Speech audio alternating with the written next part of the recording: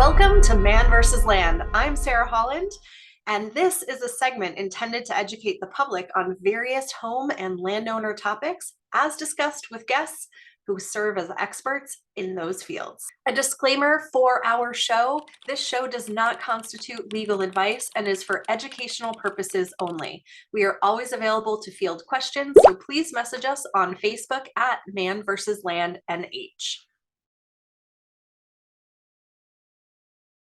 Welcome. Thank you for doing this. I love chatting with you, and for us to have it recorded and share it in whole or in pieces with everybody is going to be really great. So, yeah, I agree. Do you have any place in particular where you want to start out? I feel like our world is so big when you have like the real estate side and then the mortgage side, and then there's like the consumers kind of like just looking into it. So it's like, do you have any particular constellation you'd like to explore on this call here today? I think we could probably get into a lot of stuff in a short amount of time. Are there any recurring themes or conversations that you're having with people right now that you just want to get out of the way and go, all right, this is the playing field right now, folks. This is what you need to be ready for when you jump into this market? So the conversation that I'm having a lot of the times with people right now is, in a lot of ways, a similar conversation that it's been forever, is affordability. Yeah. And it's kind of like affordability and low inventory kind of like they go like hand in hand, but it's always been the issue in our markets. It's just like, how bad does that issue get? And right now, that issue is probably as bad as it's ever been. Affordability and inventory, again, in lockstep. We're probably, what I would think is towards the peak of interest rates. So that doesn't help the fact that the home prices have also been inflated so much since there was a lot of low rates, and that caused low inventory. Anyways, the conversation I'm having with a lot of people is, I either want to buy a house or I want to sell my house, but they can't quantify how they're going to do this with the monthly payment change. Yeah. If you bought a house in like 2017 and then refinanced in 2020, you timed the market so perfectly that like it's insane. Like that's not supposed to be the case. It was a once in a 100-year event with COVID and then the response to that or whatever. So good for you if you did, but you have to level set and kind of change your perspective, knowing all the things that you benefited from have been hurting other people. And if you jump back into that market, it's different. And so affordability is the number one thing. People look at what they pay right now, they look at what the cost of a new home is, and they're like, how does this even make sense? Mm-hmm. And the conversations that I'm having with people, the walkthrough that I give them is that the math on this has become a lot more complex. If it was 2017 and homes were the prices of 2017 and the rates where they were, you should have just bought a house and then owned it and then refinanced it, and then you'd be fine. And if you did that, that's fine. Maybe you didn't buy your forever house. So the way that you can achieve that now is going to be to buy, let's say today, in today's market, where the interest rates are either at or towards the top end of where they're going to be, more than likely. That's keeping a cap on prices, because if interest rates decrease, like we saw over the past couple of years, home prices go up quite a bit. Mm-hmm. And people budget and they pay what they will pay for a home based off of what they're allowed to borrow, basically. So as interest rates go down, people will be allowed to borrow more, and that's going to increase the price. Now, if you bought a house at today's prices with today's rates, then there's some relief for you because you locked into your price and your loan amount. And then when the rates come down, you're able to cash in on refinances. We have a great rate swap program I can tell you a little bit more about, but we really coach our clients on how to proactively take advantage of this. And I see options for 1 to potentially 3 or more refinances over the next 3 years for people. If you buy today while the rates are higher, if you wait until next summer and the rates have decreased by 2%, for example, and then the prices have increased by 10%, for example, you're going to have the same monthly payment as if you would buy today with the higher rate. But the difference is you're going to owe a lot more money in debt, and there's no relief. There's no ability to then refinance that into lower cost debt, because that was the lower cost debt that allowed you to buy that. And so let me share my screen real quick. And I love that we started here, because I did have that question about how debilitating for buyers are these interest rates and home prices currently in New Hampshire? And how many of these home buyers have been priced out of the market? Because I know that there has to be folks that are in that scenario, right? That they have to wait. All day long. I mean, there's layers to it. It's like an onion, right? There's like people who just can't afford to compete with like an appraisal gap. And then they're like, it's like, okay, there's cash, and then there's conventional, and then there's appraisal gap conventional, and then there's escalation clause appraisal gap conventional, and then there's FHA and VA and USDA. It's like, it's just like you're getting priced out of the market by not having a conventional loan at this point. Right. As sad as that is. Right. So yeah, for sure, it's affecting a lot of people. And what I try to, and I would actually, you'll comment on this with your expertise, because I kind of speculate as to what real estate prices will do. But this is, so just so we have context as to what I'm showing here, this is a public website for the federal funds rate, which is when the Fed meets. They're going to meet in 5 days in September on the 20th, and then they're going to meet again in November, December. They meet all the time. This is their schedule of meetings. And then the blue line represents what is the expectation, the highest percentage chance of what these interest rates are going to do. And you'll see they're pretty much going to stay right here, or at least the projection, if we assume this is true, what they put out, the projection is to stay here until May 1st of 24. And you've probably heard the term in the news, higher for longer. That's what that means. We're going to keep the rate here for as long as we possibly can. Now, the Fed is trying to maintain two different things. There's unemployment on one hand, and then there is inflation on the other hand. They want to keep as many people employed as they can, but not too many people, because if too many people make too much money, that starts to put pressure on people who have a fixed income. And so it's like this constant thing. And the way that they deal with that is their monetary policy, or increasing and decreasing interest rates. Yeah. They only have 3 weapons on this tool. They have a decrease button, they have a pause button, and they have an increase button. Yeah. So what we saw in COVID was the rate went to 0, because we weren't even sure if you were going to be able to go into houses, never mind like buy them. So they had to stimulate everything, and they did that. Arguably, they might have left that too low for too long, which caused all of this craziness in the appreciation. So now they are on the other side of that, where they're saying, hold on, we got to make this super unaffordable for people, and really, really crack down and make those people fall out of the market. So that way this all stabilizes, basically. Right. So we've already had a year of rate hikes. We're now in about almost a year of higher for longer. So we've had hikes, pause, and then they even put out in their data, the next thing they're going to do is start to cut. And it looks like pretty much for the last 6 months of 24, it's going to be a cut, maybe even a pretty significant cut at every meeting all the way through December.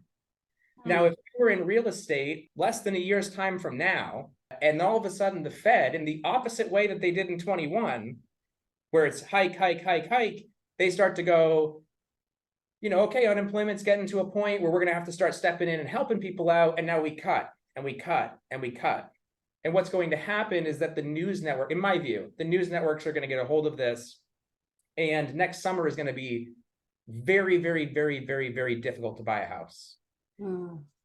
Not because the interest rates aren't there, not because affordability has changed, but because now you have all these people jumping back into the market, because now they're seeing 6s and 5s, and there's FOMO, and this is just like the next, we saw that with COVID, and that wasn't a fun market to shop in.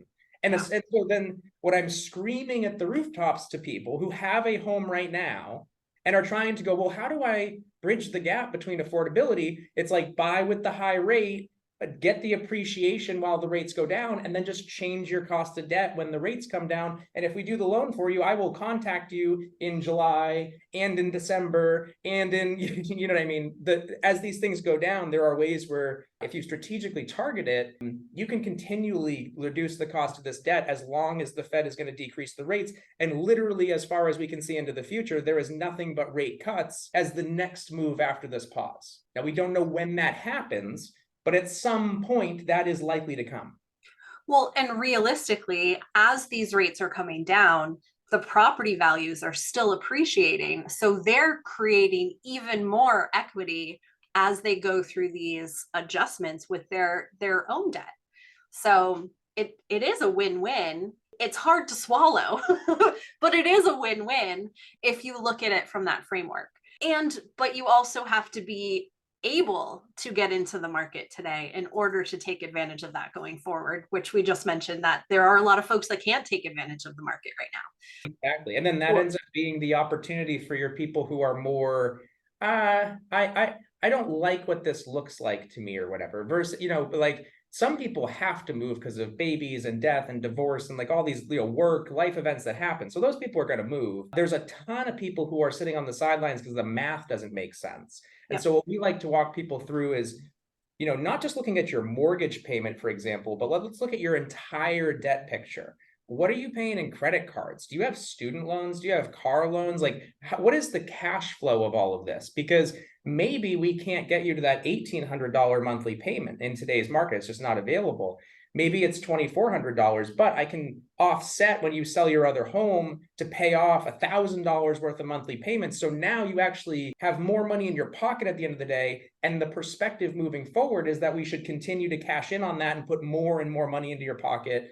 And take advantage of the appreciation that should come along with the decreased interest rates. Yeah, so definitely a conversation with your lender to look at your financial, framework, which is a vulnerable place for a lot of people to be in, right? And you do your job so well, and you have been in it long enough that have seen all the things and you've solved all the problems, especially for my clients, because I tend to bring you the ones that have the hurdles.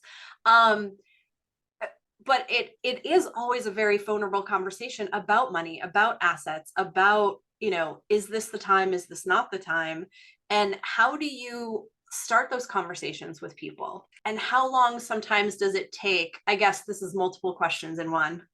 So how do you start those conversations with folks? But also for people who are listening,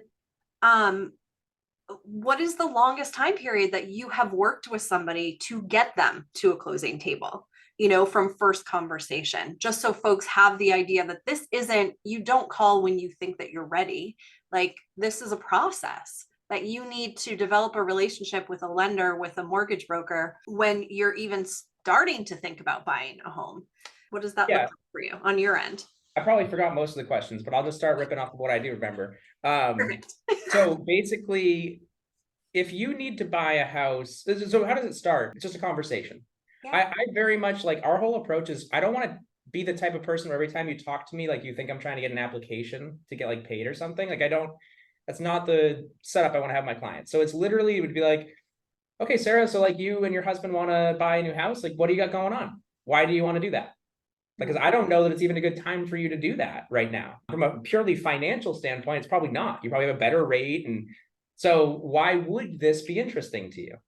Find out the story behind all of it. And then what I like to do, you hit the nail on the head. For you and your family to look at your individual stuff, there's like guilt and there's emotions and there's just like, there's all this stuff around it, right? One thing I really like about my job is that's not my stuff. That's just numbers for me. And where I find people get really stuck is they get kind of stuck with that emotion, and then they're not really doing the math quite right, or they don't want to look at certain numbers. They have a certain plan that they want to do. What I do is I take all of that off of your plate and I just learn what you want to do. Okay, you'd like to buy a new house. Okay. What are your concerns? Well, you're worried about your monthly payment, you're worried about your interest rate, you're worried about your cash to close. Got it. I'll go into the lab and come back with 3 different options for you. Hey, here's an option with 5% down, 10% down, 20% down. Here you have to sell your home. Here you don't. Here you pay off debt. Here's this. And then that's, again, just another conversation.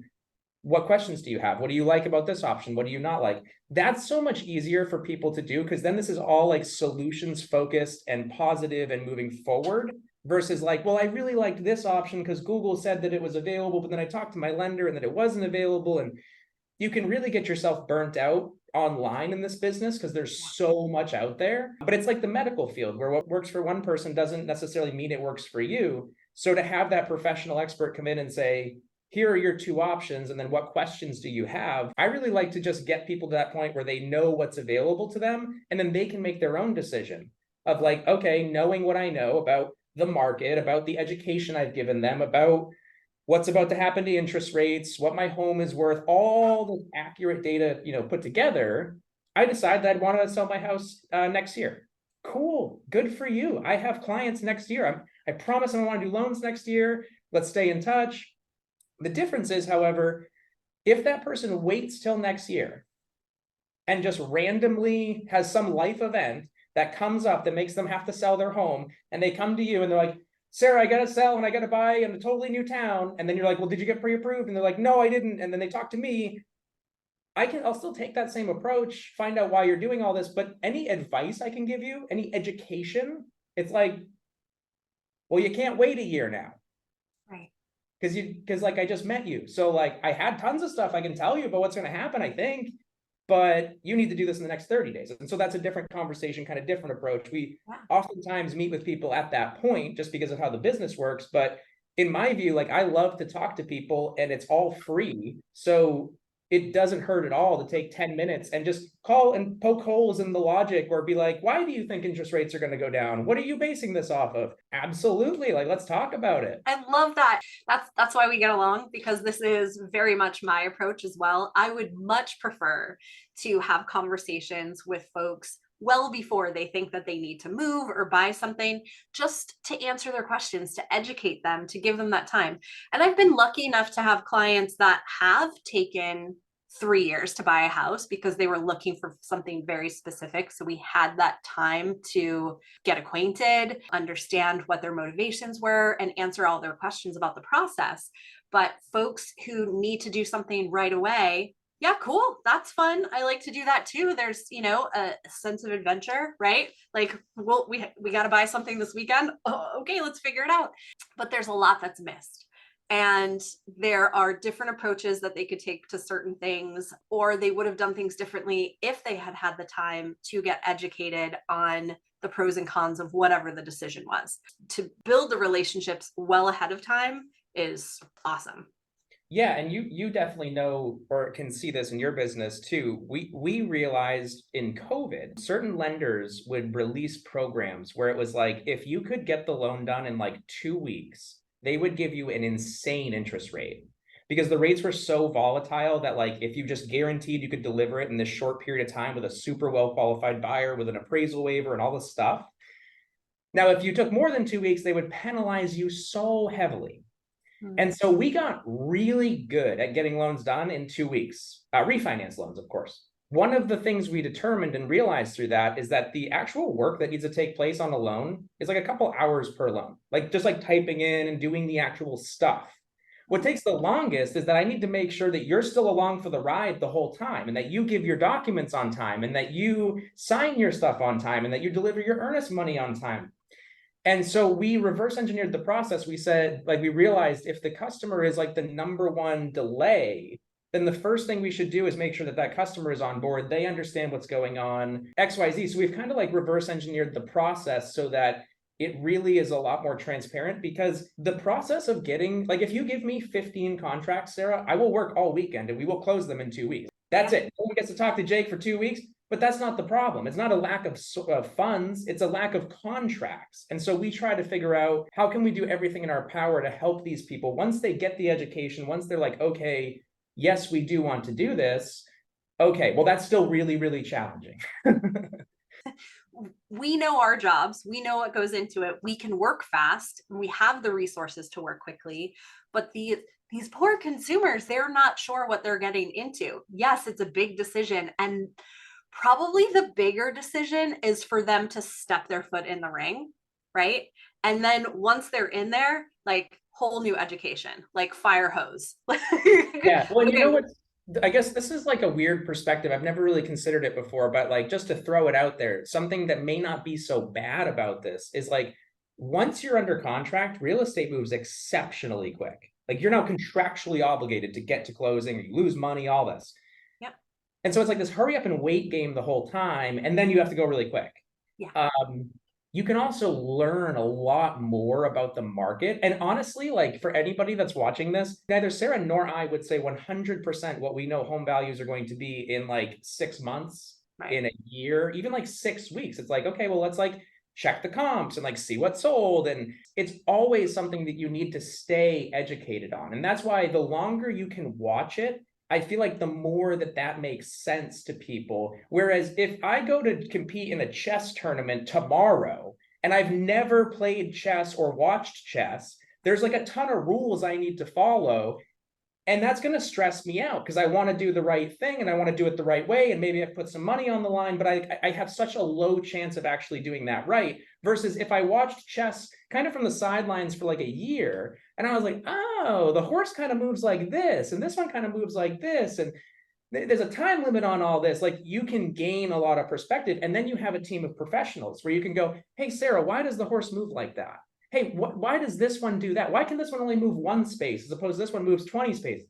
Aha! That's the same as saying, why are conventional loans different than FHA? It's a universe of information. And partially, you don't want to have to learn all this. Like we spend our whole careers so that we can just say, this is your option. And like maybe there was like 20 failed transactions that went into us like learning that. Oh, absolutely. Yeah. But we do that so that way there we can just boil it down to the most simple thing to here are your options. And then, I like to put my client kind of in the position as like a CEO. So it's like, all right, Sarah, here's our budget, here's our assets, here's our options. Where are you taking the boat? Because I'm just along for the ride. Absolutely. Like you just said, we have worked our entire career to get to this point to be able to share with you our knowledge. And it increases every single day, right? Because we're going through different markets. We're having new loan programs. We're having new hurdles in negotiations. Like every single day, every time in this seat, every day, every minute in this seat, we are gaining more information to make your journey easier. Yeah. And our job is to arm you with information so you can make the best decision for yourself. We're not making the decision. And I have people, oh my gosh, and you probably have people too, that don't want to waste my time. And I'm like, oh, you're not wasting my time. You're gaining knowledge and I am freely giving it to you. So take advantage of that because that means you're going to be better armed going forward, which will make my job easier when we get to that point that we need to, write a contract or do a deal. So I want people to understand this, that I freely give information, right? Because, that one piece of info that I'm going to give you and you go out and try to buy a house by yourself, like, okay, if it doesn't work out, I hope you come back and ask for assistance. Like, I am not worried about you gaining too much information because there's so much to know. There's so much to know, and my job is to make it easier for you. And you can know it all, and you're still not going to be able to like execute on it and buy a house. Like it's just like knowledge is not all it takes. You don't just hit like a certain knowledge point. Like, okay, I've got all my A's in knowing how to buy a house. Like, where is my home? Like, oh no, it sold 15 years ago to like 85 other people. Well, and I teach pre-licensing classes for our new pipeline of realtors or, licensees that are coming out. And there's a base level of knowledge that you need to know when you get licensed, that you're tested on before you get licensed. And that is very basic, but it is still like a fire hose for these new agents who have maybe never bought or sold a home before. Maybe they have, but still it's blowing their mind every single class that we have. And then they have to continue to learn. So I take like an approach of like, this is what you need to know for the exam. But when you get out into the field, make sure your lender offers all of the programs, especially in this market for folks who don't have a big budget and they may need to go from just a straight FHA to a 203K rehab. Make sure that you are asking these questions. And they're just like, oh my gosh, like this is a lot. And I'm like, it'll be fine because you have resources. So in addition to the consumers having us as a resource, we have our own resources to make sure that we're not missing anything, and that we're well educated and that we can do the best for our client and help them through this journey. It's just, it's a lot to know, and it changes daily. Yeah, and that's the thing. Like I know for my business, and I'm sure it's true for yours, if you look at what you were doing in 2019 to really run your business, whether that was growing or scaling or whatever, it was different than what you were then doing in 2020. That was different than how you were getting deals under contract in 2021. That was different than how you were doing it in 22. It's different than how we're doing it in 23. And it's looking like it's going to be different in how we do it in 24. And so it's not that, that the fact that it's always different almost makes it the same. And the fact that we've gone through so many seasons, I know for me constantly, I'm thinking back to myself, well, when we had higher rates back in 2017, we were doing seller credits, we were doing buy downs. Why don't we do this? That's not something that like a consumer really even needs to be educated on. You just need to make sure that you're working with somebody who, we're biased, but like is available, will communicate, can get you quick answers, and it's going to give you some guidance on what you're up to.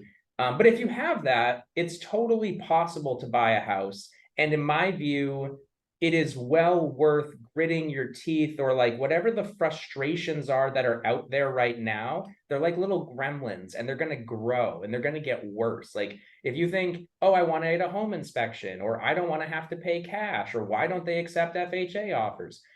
The next year-ish till next May, that's your time to shine. And on top of that, to speak to home prices, wouldn't you agree that before home prices move even 1% down, that everybody around here is going to get a whole lot more cool with FHA and VA buyers? Yes.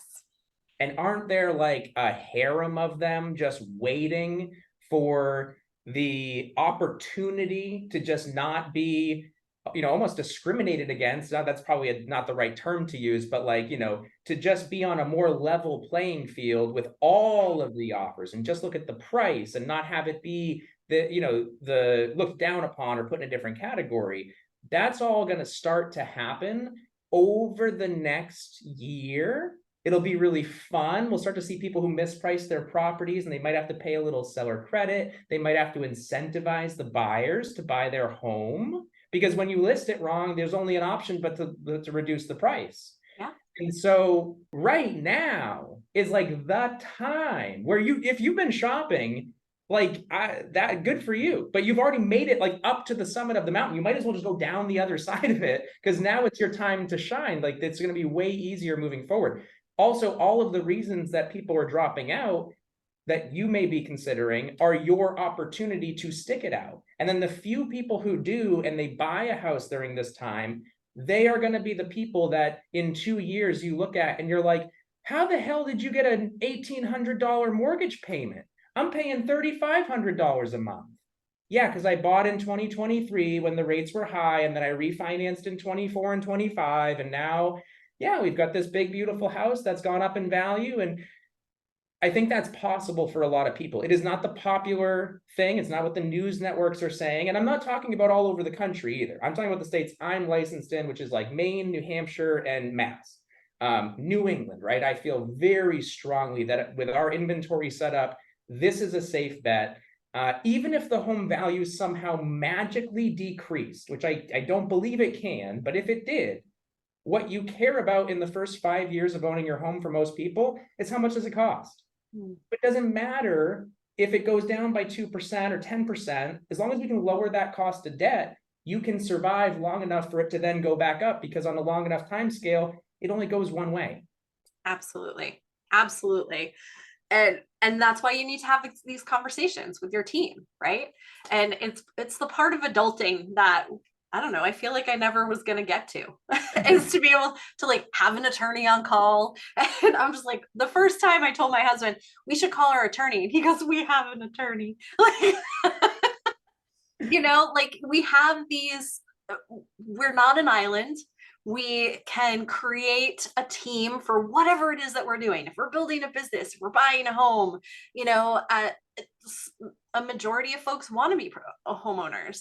Others don't, and that's totally fine. But for those that do, assemble your team, and change out the players on your team as they, no longer work for you, because you can do that. You're the consumer, you're the driver of the bus, you're the driver of the pilot of the boat, and you have the ability to do those things. So yeah, you as a consumer are empowered to do this, and don't feel badly. You're not wasting anyone's time at all. For sure. And I would say, like, just to speak on that, and we feel strongly about this. The reason we started X5 Home Loans, like it would have been so much easier to join a company that already exists and just go write loans there.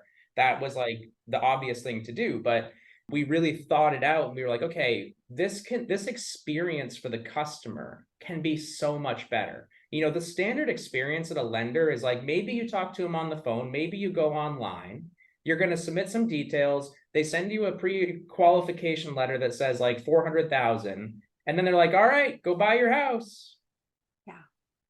Okay. Well, we think that misses a couple steps. What we do a little bit differently is talk to the person. Most of the time it's a phone application. Sometimes it's online. It's all good, whatever's most convenient. but we're always going to call to review it with you, make sure we have accurate info. Then we're going to go a step further and get your paperwork so that I'm not guessing as to how much your qualified income is. We know, we put it through underwriting, they tell us. We don't tell you that you're pre-approved for a certain amount, like 400,000. That doesn't help. Their taxes are different everywhere. The rates change every day. It's not as good. It's no good the moment you get the paper. I'll tell you, hey, you can afford $4,000 a month. And then we will figure out what homes on the market fit that budget so you don't exceed it. And also we create what's called a custom mortgage planning document. So it's like a 15-page, basically packaged up first-time homebuyer educational course that is specific to Sara Holland and all of the loan programs that she has access to, the down payments, talk about locking in your interest rate, talking about waiving the appraisal, talk about conventional versus FHA. Just give you all this information, plant all these seeds of things that maybe you don't even know that you don't know, but now that it's on your radar, we can begin to talk about them if they're interesting to you. But at the very least, I feel good that you've gone through the educational process, that you are now ready to shop in this market, that you've at least had the opportunity to ask any questions and voice any concerns, because I feel like some lenders are really nice, but the company setup, the processes, leave a lot to be determined. And then so you have customers out there who have pre-qualification letters and they think that they've done everything right, and then they're burnt out because the process for buying a home is really frustrating. It's like, yeah, it's like me trying, I got like a letter, I can go play chess. Like, cool, but this game sucks. Like, I don't like it. It's not fun. I don't know how to win. Right. Oh my gosh, right. And the rules keep changing. All the time. The board shifts and like the black was good and now it's the other side is good. It's like, what the heck is going on? Right. Yeah. Oh my gosh. Well, and I love that process. I love that process. And I think there's also a lot of misconception too around what goes into qualifying for a home. I've worked with a number of first-time home buyers that were essentially looking for rentals. And I'm like, well, geez, if you can afford this for rent, why aren't you buying a house? And just like that, they bought a house. And because they didn't know. They didn't know. And for just that reason, I mean, they're not looking at, you're not looking at their Netflix, bill or their, all of these other things. You're looking at what's on your credit report, what is verifiable that you have for debt and your living expenses, and let's go from there. And not everybody understands that all of this other discretionary spending isn't necessarily considered. Oh, but I do have a question for you. Are you seeing any folks getting relief from their student loans? And how is that positively or negatively affecting them? I haven't seen any of that. And honestly, the way that the mortgage business has handled this up to this point is that they knew, they deal in lending, that eventually they're going to need to pay those loans back. Yep. So what they've done is they've modified, again, modified, so that if you have student loans, they're just going to hit you for 0.5% of whatever your outstanding balance is. So if you have $100,000 of student loan debt, then you're going to be paying $500 a month. Would be, and you're not probably paying that, and that may be relieved from you, but until it is, that is the liability that gets associated. Now, $100,000 of debt for $500 a month, it's like, that's not too bad. It does affect people a lot. And I feel like that really causes some confusion too, because what your cash flow is personally does not match up with what your lender says you can qualify for. Right. And that's also why it's confusing when you just get a letter that says, oh, it's 200K. You're like, based off of what? What are you talking about? I paid $2,000 for my rent. Right. Yeah. And, and so there's actually another piece to that. Oh God. And I forgot about it. So just being able to have that conversation, right, with your lender. Yes, and like going through and making sure that, like, especially with someone who has a home to sell, if maybe they took the step to go get pre-approved and then they're finding, oh my God, I can only afford like X amount. What I oftentimes, and this is just something psychologically I find people do, and I break this little thing up because it like doesn't financially always make the most sense, but you own a home. And in your mind, the way you're going to buy your next home is you're going to sell that home and the money is going to come from that. And then you're going to buy your next home. Like that's how you're going to do it. And people earmark a certain amount of money for that, like whatever I get, or it's this much, especially if they sold their home a couple of years ago, this money is in a savings account, like they are hoarding this money for this purchase. And what I like to show people, and I think it's so beneficial, and I know it is because I have people tell me, like, I never would have thought to do this, but this is so much more sense, is how we can utilize this money and then look at their overall debt picture, and how can a mortgage be part of the strategy to maybe, instead of I'm putting 50% down no matter what, because this is what I got from my house, why don't we look at 10% down? Why don't we just look at it and just see what it looks like and see what the penalties are? You know, if the PMI is only $50 a month and the rate is the exact same, does it now make sense to put all of this money? And are you maybe limiting your inventory because you're shopping thinking you have to put down 50% when you could really be shopping with 10%, which means you can look at all these fixer-uppers because now you've got another 40% to go put the new roof and the new whatever it is that you want to do. That's the way you work in this market versus you just apply, you're approved for a certain amount. And like when there was, you know, back in 2017, when there was tons of inventory, that's how it worked. I would just give people pre-approval letters and they would just come back after the weekend and they would, you know, hey, I got a contract. It's like, oh, wow, how wonderful is that? It's become significantly more competitive to the point where we're shopping with our buyers on the weekends. I'm not physically at your showing, but I fully expect a call right after to say, hey, we liked it. We'd like to submit an offer. Here are the questions we have. Here are the concerns we have. What are the interest rate? What if we make this change? What if we make that change?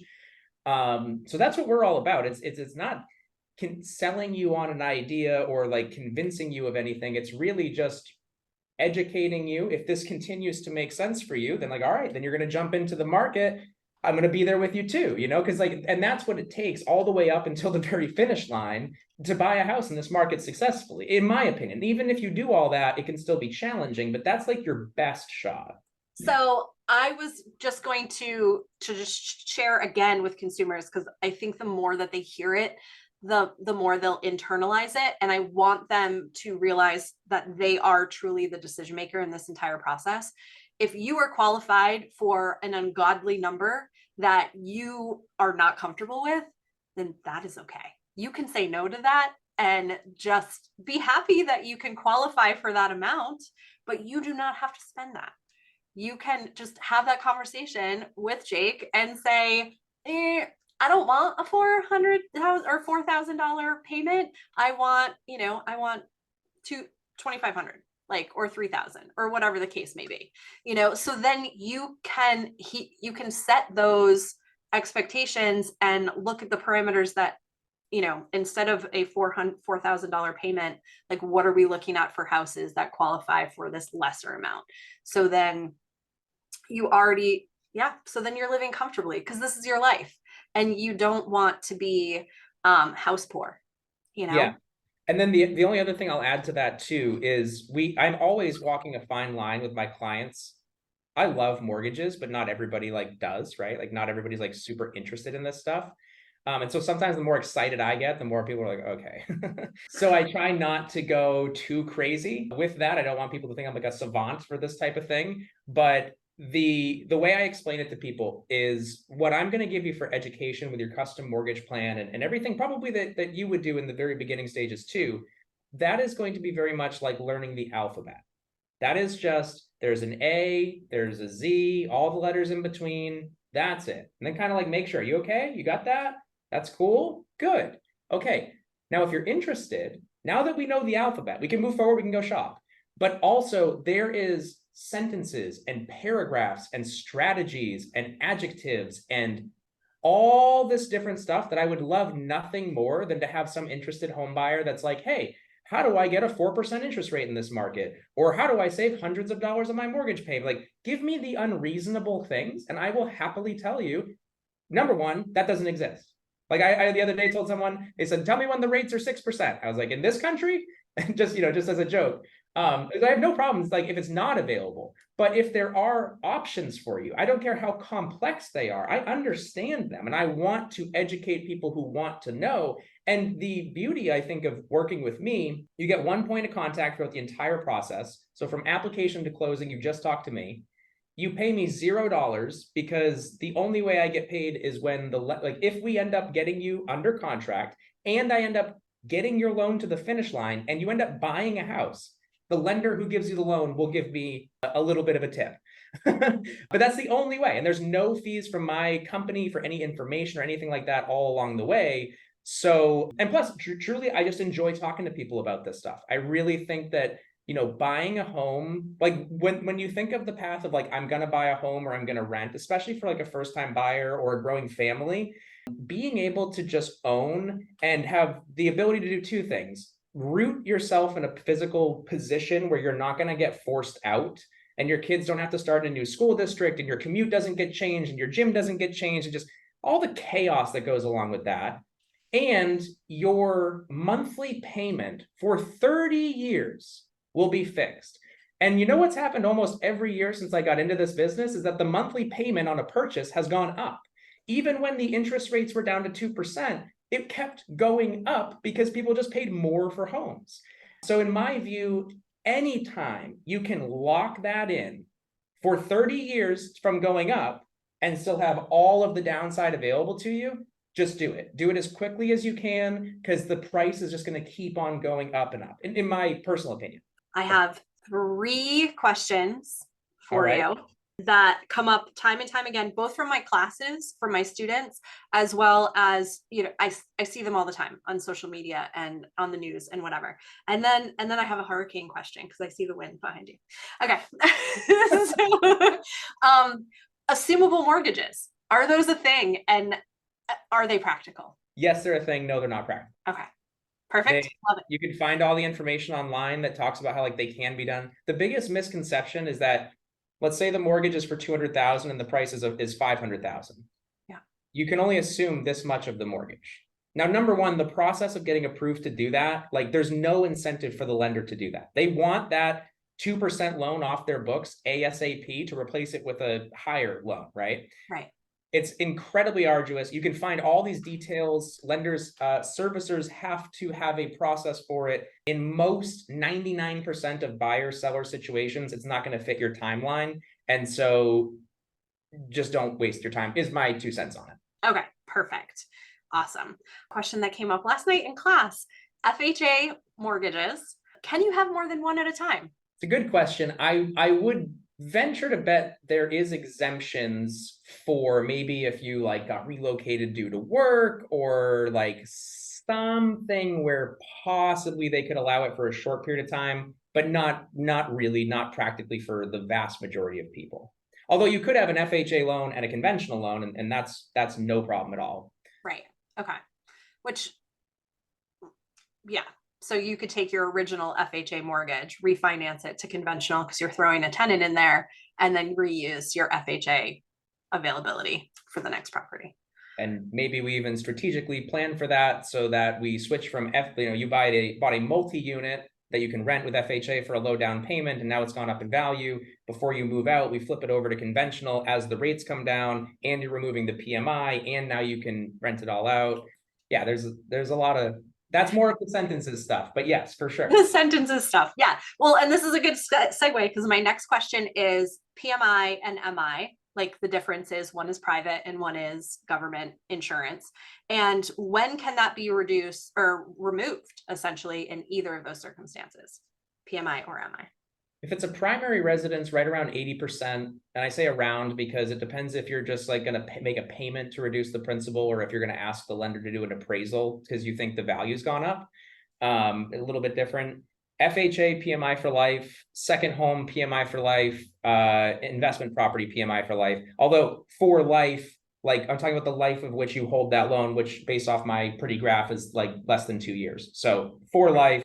Now that's the downside. The upside is, and I'm speculating here, but my thought is, because I've seen the price on this just go through the floor, and I'm like, why is PMI so inexpensive nowadays? And I think that it's because everybody's paying their mortgage. It's at 2%. Like people don't want to get rid of it. So it's very low risk, all the stuff they have out there. Anyways, if you have good credit, it is incredibly inexpensive.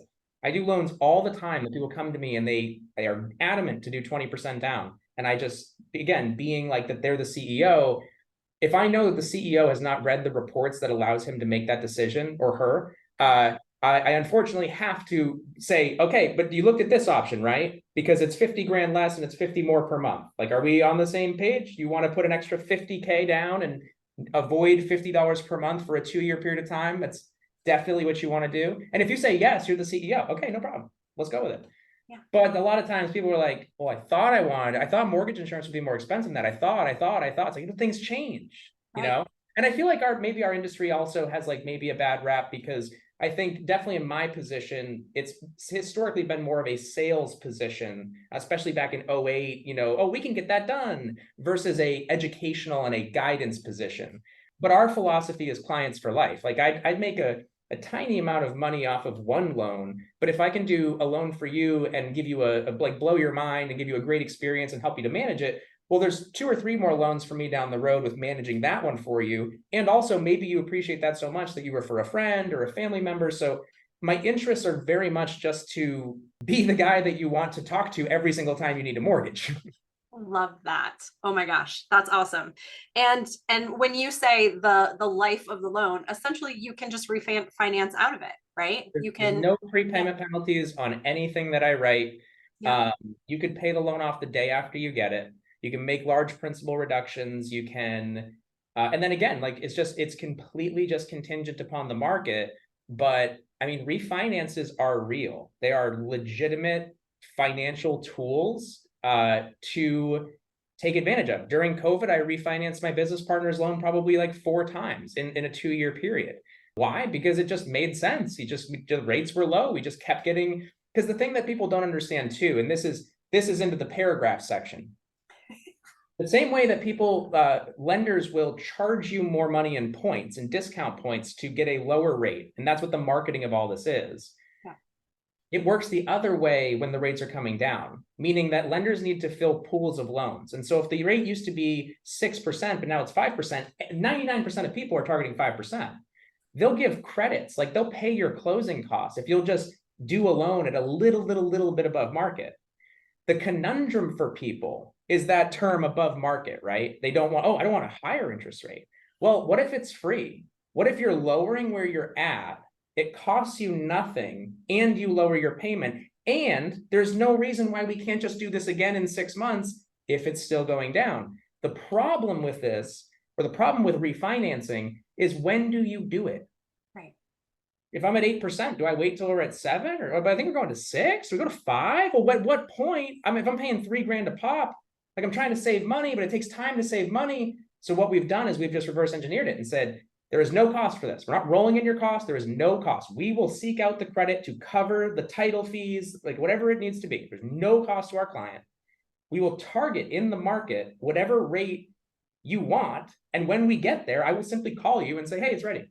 And then we'll take advantage of it. And then we set up one for another 6 months. And we can continue to do that until basically the market bottoms out. Maybe there's one last one where we do actually pay some points, when it's at the very, very bottom. After that, we don't touch that mortgage. And that's the cycle of home buyers that I'm bringing into the next cycle, right? It's like buy here, refi here. And then just like the people that have the COVID 2% rates, we talk on their birthday, and I wish them well. But like mortgage wise, they're pretty much done. Oh, I love that. And I think that all of these things are tools in the toolkit to be deployed at any particular time, if at all. And everyone just needs to be okay with just stepping into the ring and having this conversation.